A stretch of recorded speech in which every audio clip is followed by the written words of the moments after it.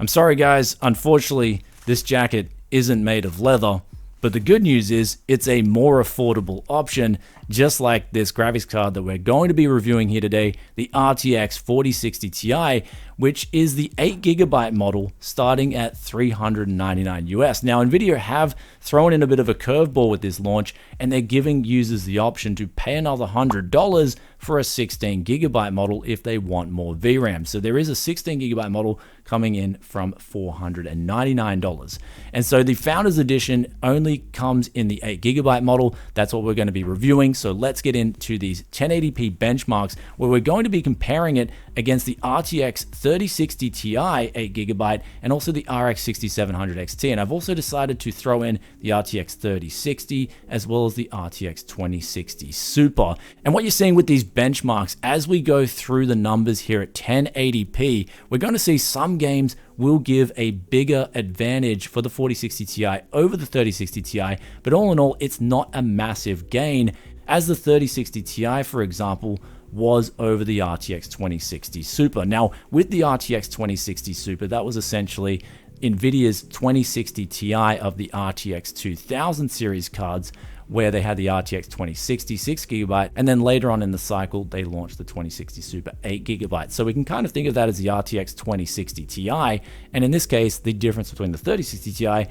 and the 2060 Ti was quite substantial. And also what we're going to show you guys right here is now the 1440p numbers, where the differences do slightly minimize in favor of the 3060 Ti, where this is now scoring a little bit closer to the 4060 Ti. And if I had to hazard a guess as to why this is, I would say that it would be due to the memory bus architecture on the 4060 Ti being 128-bit versus the 3060 Ti carrying a 256-bit bus memory, even though they both have 8GB of VRAM. However, going through these 1440p numbers, here's where we see Returnal as well as Spiderman Miles Morales showing the biggest gains for the 4060 Ti, just like 1080p. However, if we move over to The Last of Us and also Call of Duty, for example, the difference isn't so big with the 4060 Ti versus the 3060 Ti. And in fact, in Call of Duty, the RX 6700 XT does score a victory here. The last title here, Hogwarts, the RTX 4060 Ti, does come in with a decent gain. So if you're looking for a GPU just to play games with none of the fancy effects like ray tracing or any upscaling technologies, you just want raw numbers, then you're probably going to be a bit disappointed with the RTX 4060 Ti, where it's not such a huge gain, as we said before, over the 3060 Ti. Though if you're looking for some flair in your games or you're looking for some power efficiency improvements, here's where the 4060 Ti is actually going to deliver quite big. Well, we'll get the ray tracing numbers out of the way with first, where with the RTX 4000 series cards, Nvidia has introduced frame generation. And when I initially tested this with the 4090 launch, I wasn't so impressed with it, but now with the 4060 Ti, it's doing really well in terms of giving massive boosts in FPS.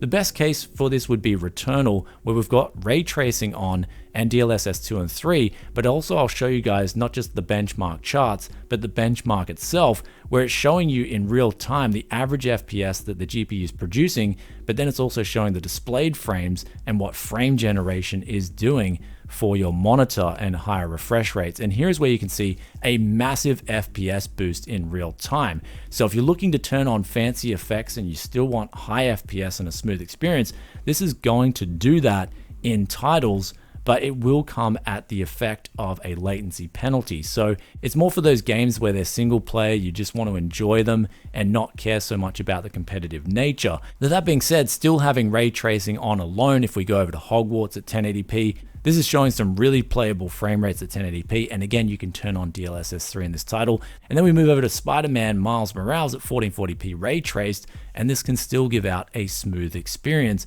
without frame generation too. So here's where we're going to get on to easily now the best part of the 4060 Ti, and that is the power efficiency.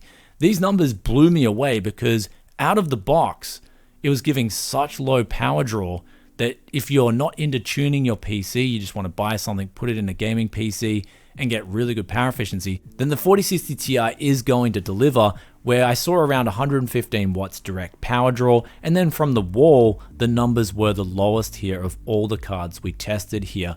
And also, if you're into undervolting, then you can undervolt this card and see even not just lower power consumption, but also lower temperatures too. And the good thing here is the FPS will stay virtually the same. When I tested Returnal, we saw an FPS drop of 1 FPS in this title when the card was undervolted, and that's probably thanks to the fact that the memory speeds, at least on this particular model, they boosted really far. I was getting plus around 1300 megahertz on the memory slider, and it actually crapped out at around 1800 megahertz on the memory slider. But usually when I'm going for a quick and easy tune, I'll usually drop it down quite a substantial amount under that max, because that's just going to give me stable results without me having to test for days on end. So the memory speeds were able to get a big boost there, and the undervolting was good. But we'll get onto those temperatures, which this is using the same cooler, essentially what it looks like on the surface, as the previous generation RTX 3060 Ti.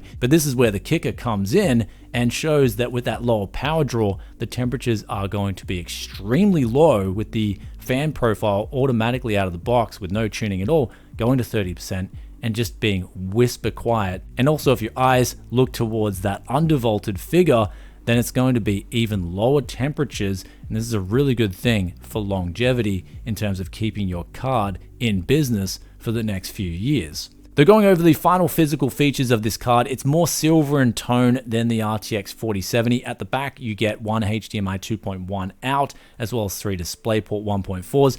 As I critique with all these GPUs, I would love to see more HDMI 2.1 ports on the back. And then going through the middle of the card, it's got the 16-pin connector there for 12 volt, which they do include an adapter for a single 8-pin, so you don't have to worry about having a big beefy power supply to power the RTX 4060 Ti.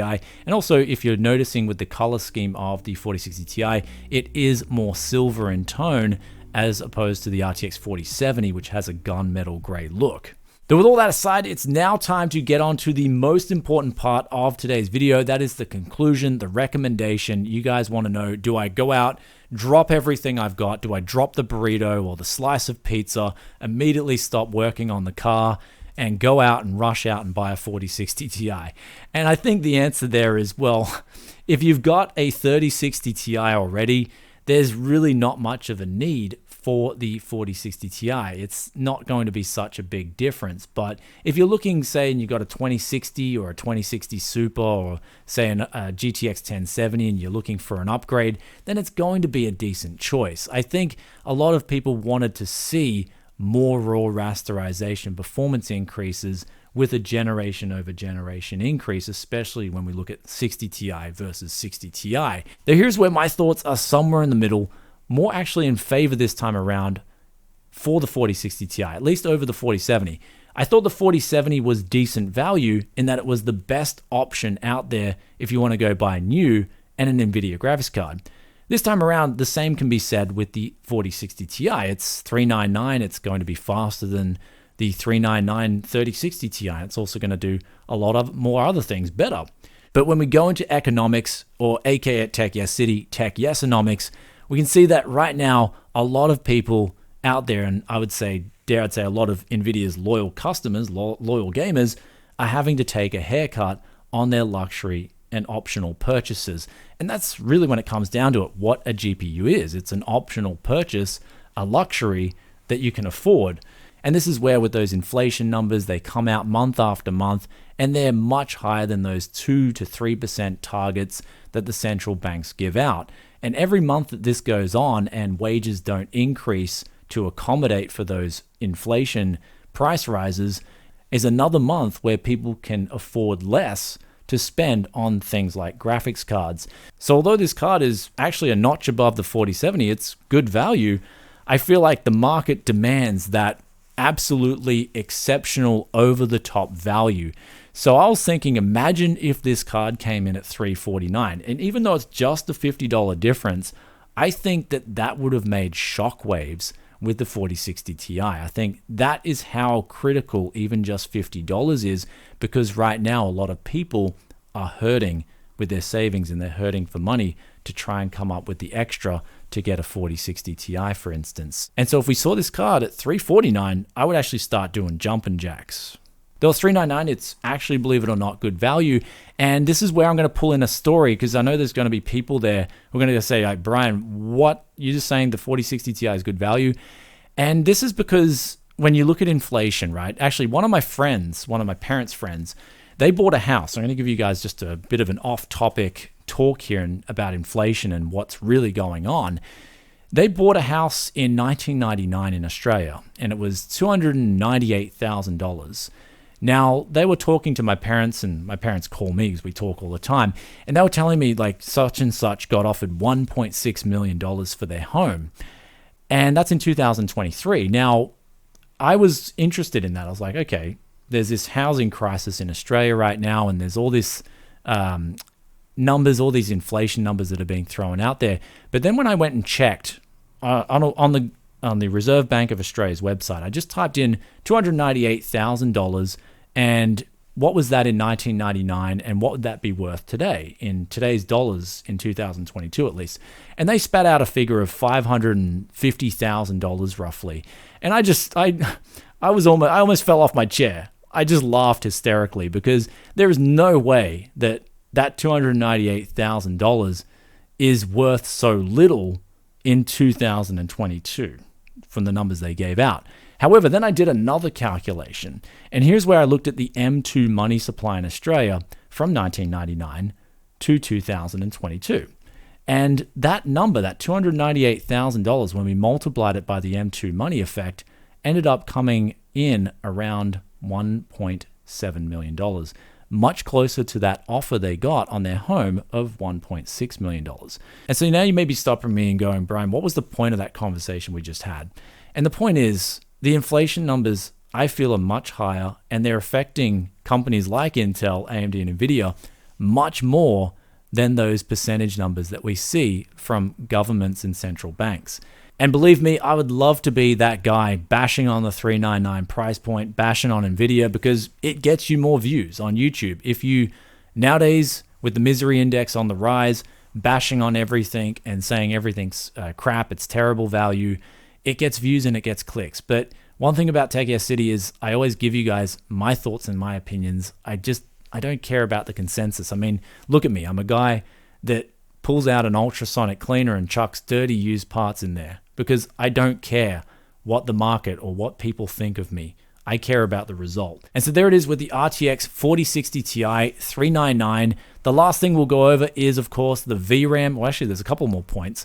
The 8 gigabytes of VRAM I found in all the testing I did here today. I even tested The Last of Us, and the VRAM was actually fine with this 8 gigabytes, and that was on ultra settings at 1080p. So there's still, like I said in the previous video where we checked out VRAM, there's still more than meets the eye there too. And I do want to do more extensive tests and get to the bottom of it, because there is something I've noticed with games, and we're going to be making separate videos on this later.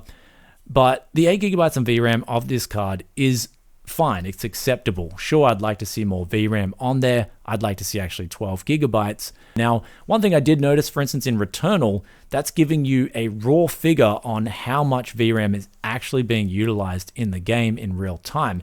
And that was still under 6 gigabytes. So it was good to see that, in that a lot of games, if they're optimized for PC or they get properly ported, then they will be fine with this 8 gigabytes of VRAM. But that being said, I'm still in the midst of doing much more testing on VRAM, so if you do want to see that the moment it drops here at Tech Yes City, then be sure to hit that sub button, ring that bell. And also, if you did enjoy today's review of the RTX 4060 Ti, then be sure to hit that like button. Also, let us know in the comment section below your thoughts and opinions on this card. I'm saying at $399, it's good value. It's not great value. I think the market needs great value right now, but it's not bad value. It's not even decent value. It's actually good value, believe it or not, given all the metrics out there at the moment.